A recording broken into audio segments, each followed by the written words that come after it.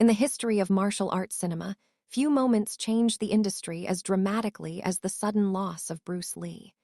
His death in 1973 left not only fans in shock, but also left the Hong Kong film industry scrambling for answers.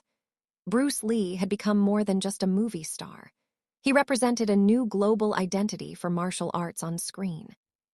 His presence carried intensity, philosophy, and a sense of authenticity that audiences around the world had never seen before. When he disappeared so suddenly, studios faced a difficult reality.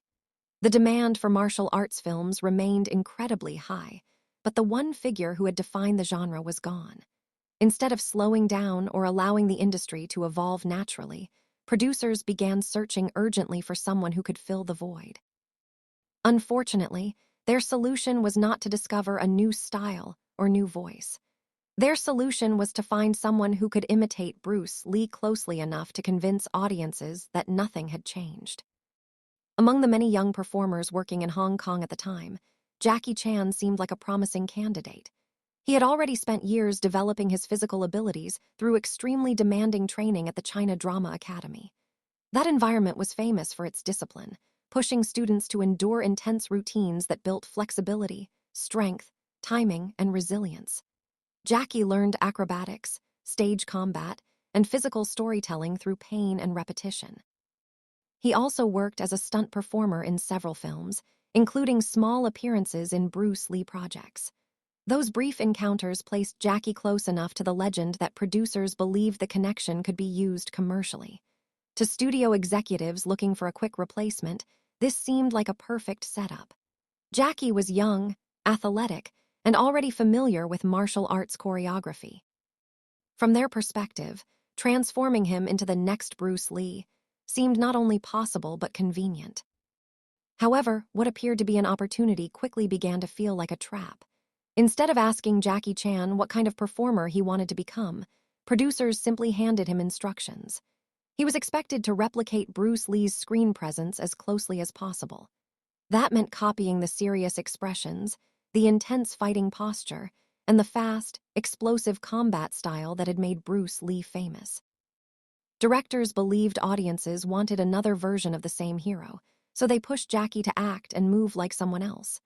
Jackie later explained in interviews that this process felt deeply uncomfortable.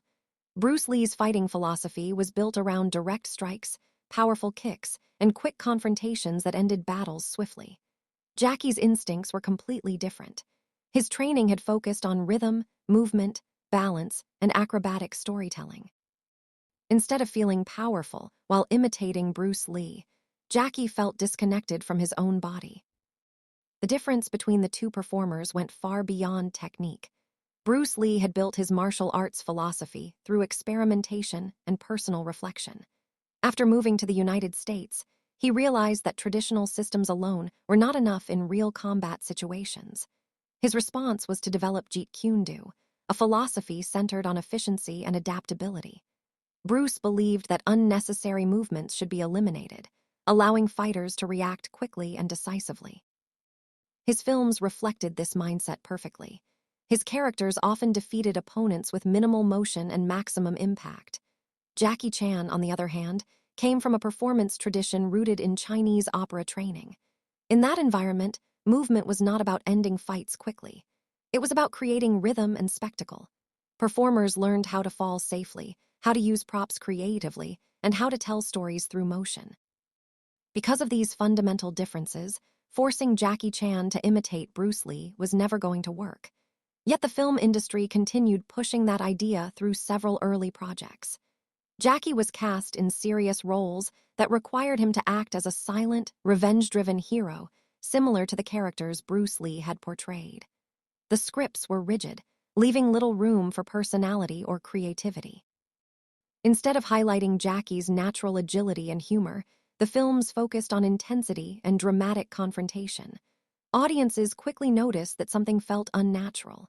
Jackie's talent was clear, but the characters did not seem authentic. As a result, several of these films struggled at the box office. Critics began questioning whether Jackie had the star power necessary to lead major martial arts films.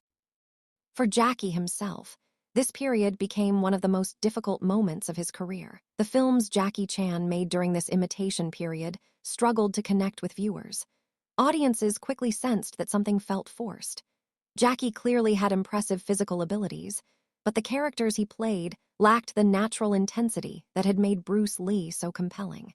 Instead of seeing a confident new star, viewers saw someone trying to recreate a style that belonged to another person. Critics were quick to point out the problem. Some described the performances as awkward or uncomfortable, while others argued that Jackie simply lacked the charisma required to fill Bruce Lee's shoes. These reactions were deeply discouraging for Jackie. He had spent years training his body and risking injury to pursue a career in film, yet he was now being judged for failing to become someone he had never intended to imitate. This period of failure affected Jackie Chan both professionally and personally. Film after film struggled at the box office, and the industry began to question whether he had any future as a leading star. The label of failed successor started following him wherever he went. For someone who had endured the strict and often painful training of the China Drama Academy, this rejection was difficult to accept. Jackie began wondering whether the problem was his talent or simply the roles he had been given. When every project requires you to imitate someone else, it becomes difficult to understand your own identity as a performer. Slowly, the confidence he once had began to fade. During this challenging time, Jackie Chan faced a decision that would shape the rest of his career. He realized that continuing to imitate Bruce Lee would only lead to more disappointment. No matter how hard he tried, audiences would always compare him to the original. Instead of becoming a new star, he would remain a shadow of someone else's legacy. This realization forced Jackie to reconsider what he truly wanted from his career. Rather than chasing a role designed by producers, he began thinking about the kind of performer he naturally was. His opera training had taught him rhythm, comedic timing, and creative movement. These skills had rarely been used in his earlier films, but they represented a style that belonged entirely to him. The turning point came when Jackie finally had the opportunity to experiment with a different approach to martial arts storytelling. Instead of portraying a silent and invincible hero, he began exploring characters who were flawed, vulnerable, and often humorous. This shift allowed him to combine martial arts with comedy and physical storytelling in ways audiences had rarely seen before. His fights became longer and more unpredictable. Instead of defeating opponents instantly, his characters struggled, slipped, improvised, and used everyday objects as tools for survival. These elements made the action feel more human and relatable. One of the first major successes of this new approach came with the film Snake in the Eagle's Shadow. In this movie, Jackie was finally able to perform in a style that matched his natural abilities. The fight scenes incorporated acrobatics, rhythm, and creative choreography that reflected his opera training.